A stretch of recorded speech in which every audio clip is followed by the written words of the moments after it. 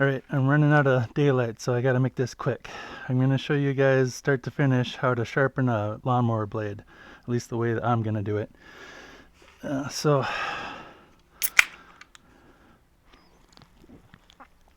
first things first, PPE. You thought I meant the beverage. No, PPE. Even with install, this thing is still sharp and can cut you. So use your protection, guys, for the love of God. All right. Now, there is a right and a wrong way to tip this. Okay, this is an air filter. And mind you, this is only for my model, but there's similarities across these things. This is to keep the debris out of the engine. That's how it breathes. You don't want oil in there because it'll clog up and choke out your engine. So you do not, well, that's really dirty and I just put it back on dirty, but whatever. We're focusing on the blade right now. If oil gets in there, it'll choke the engine. Don't do it. So, but you have to tip the thing one way or the other, right? So tip this up. Gas can is up here too. Probably don't do this with a full tank. I've got half a tank, maybe. I just finished the whole yard. So if you want knee pads to get comfy, that's fine. I'm just gonna kneel on the concrete. Yes, that's a rocking Adirondack that I made, in case you were wondering, out of an oak tree that used to live right over there behind my truck. On the right there, it was a double oak tree and it got cut down. This is one of the things I made. Alright, so oh, this hurts. 5/8 maybe. Yep. Block of wood to keep it from spinning, because it's gonna wanna.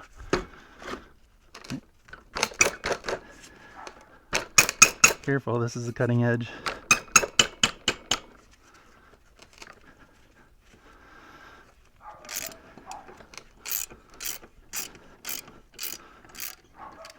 Sorry if the lighting's not great. I'm just relying on the sun. I'm sure there's other great YouTube videos out there also that get really detailed. I'm just doing it actual. Okay, there's a few parts to this. Obviously a bolt, and then this retainer, whatever it's called. There's kind of a, here, come in here. Ouch. Okay, just wanted to show you the pieces parts. This is what I just took off, a bolt through this thing.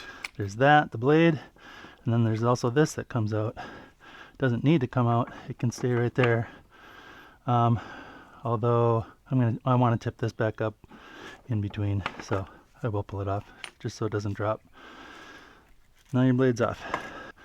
Here's how unsharp my blade is. You know, I could probably ride that into town.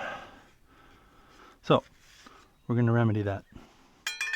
Okay, I'm going to scrape the grass off of this because I don't want my water stone to get dirty.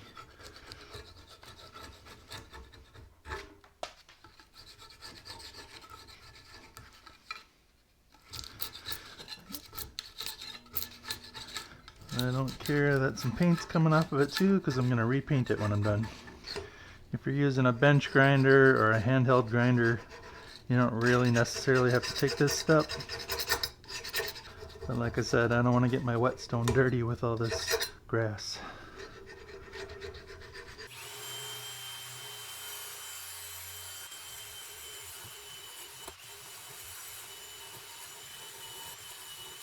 That's probably good enough.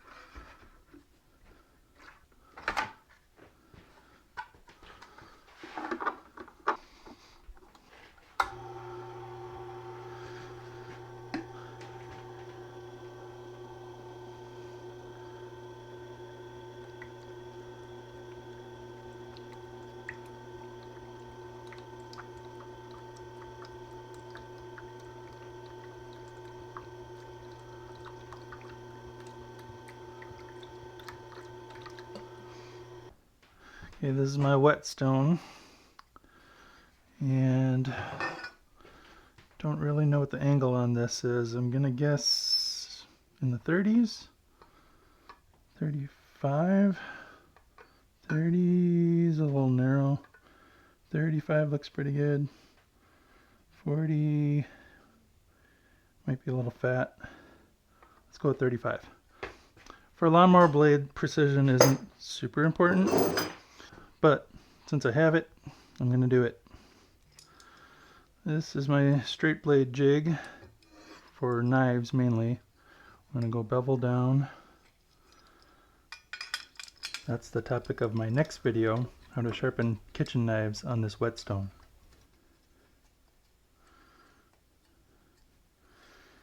And this tool rest is going to have to go up quite a bit. Roughly there. We'll fine tune it from here. We get 200 millimeter stone, and we're doing a 35-degree angle. Some of you guys are going like, this is way overkill. I don't care. I'm just flexing, I guess.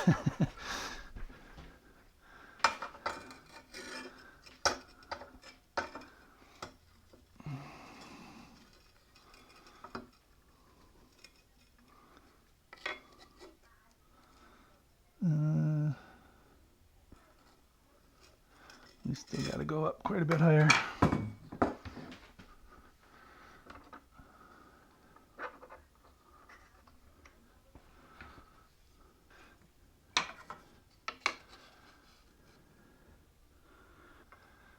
And down a little bit.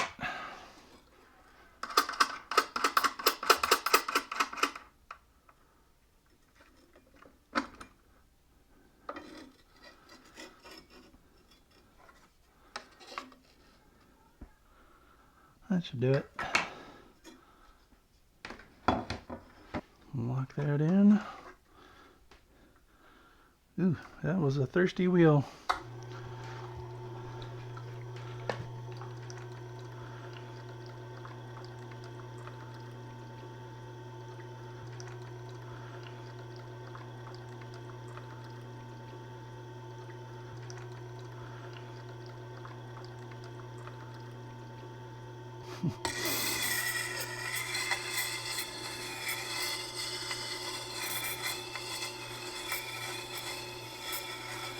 The beauty of a whetstone is your steel doesn't heat up, so you don't lose your temper and your hardness.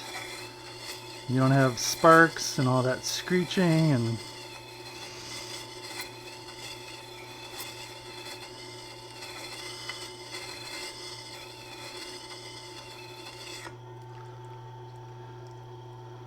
I'm getting the heel of it, so I gotta go down a bit.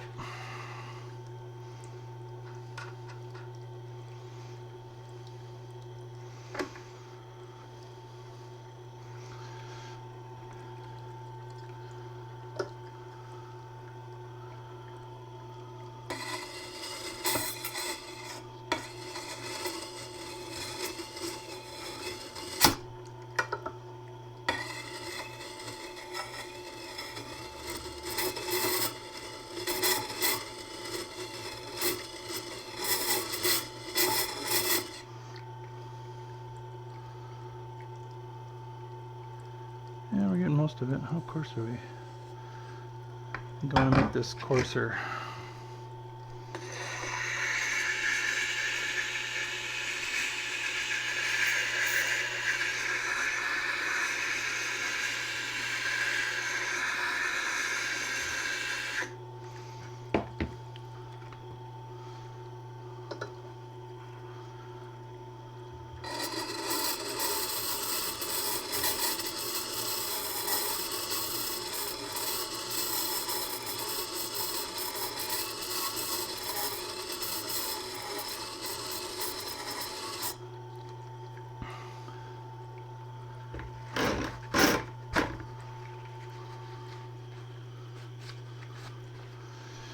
You can see where I've gotten so far, where it's shiny.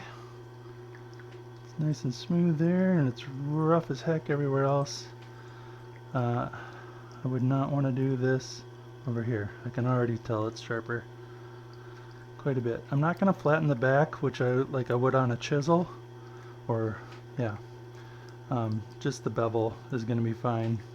But you can see there's a lot of jagged edge and it's just dull.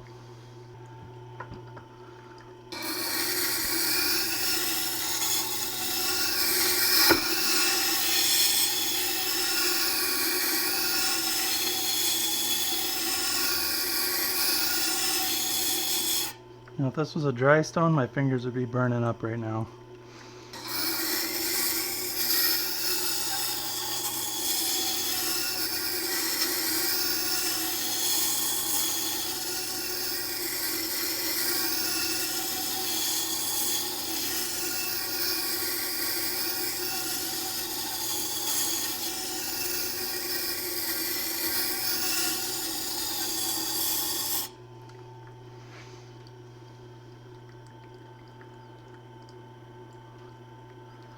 It's getting there.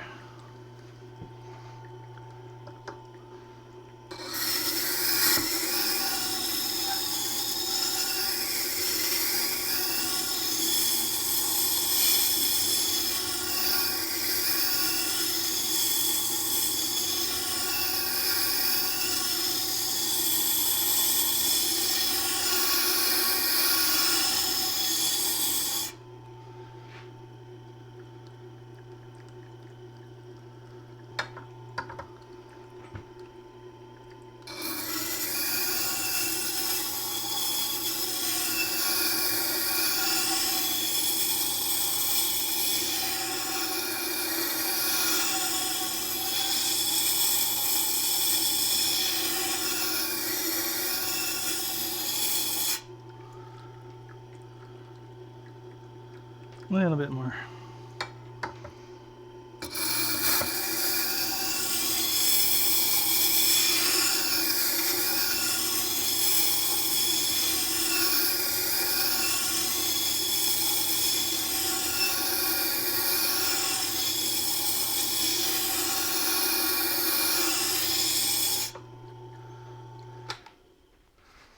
Okay. I don't know if we'll be able to quite slice paper, but yeah, well, it's a little jagged, but hey, for a spinning blade, that'll do nicely. And you see the difference between that side and the side I haven't done yet. After, before. I'm going to spray a little rust prevention on this.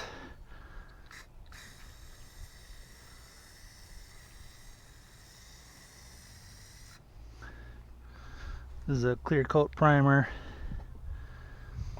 and then I'm going to follow that up with some black spray paint.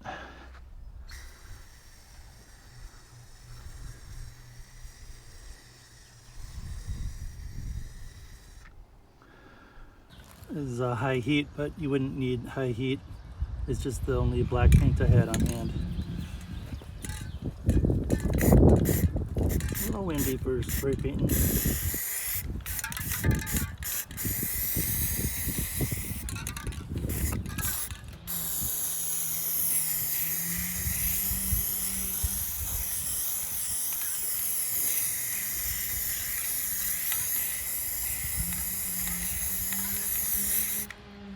Well, I'm glad I got the mowing done when I did, because it's raining now.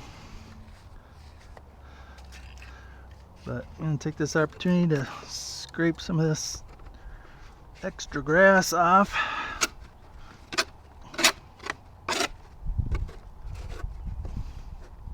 Okay, and this guy goes back on the shaft. There's a little notch there that goes into, or there's a, I don't know what you call that, a tab, or a sticky outy part that goes to the innie slotty part. It only fits on one way.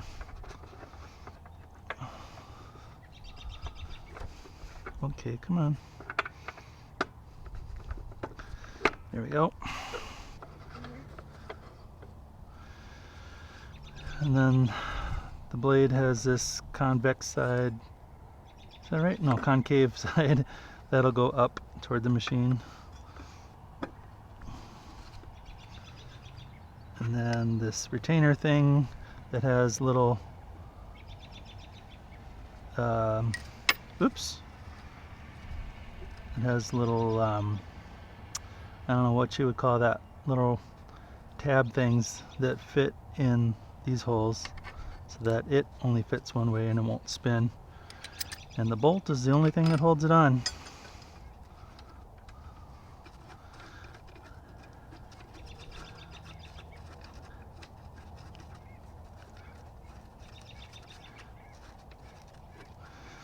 Get that snug, get my piece of wood again.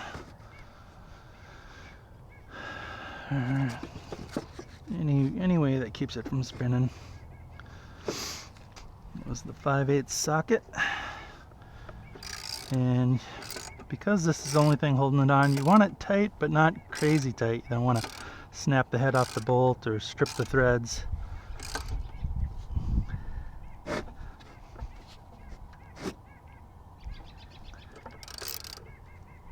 Snug is good. And that's it. Your blade's installed. Now I gotta clean up this mess.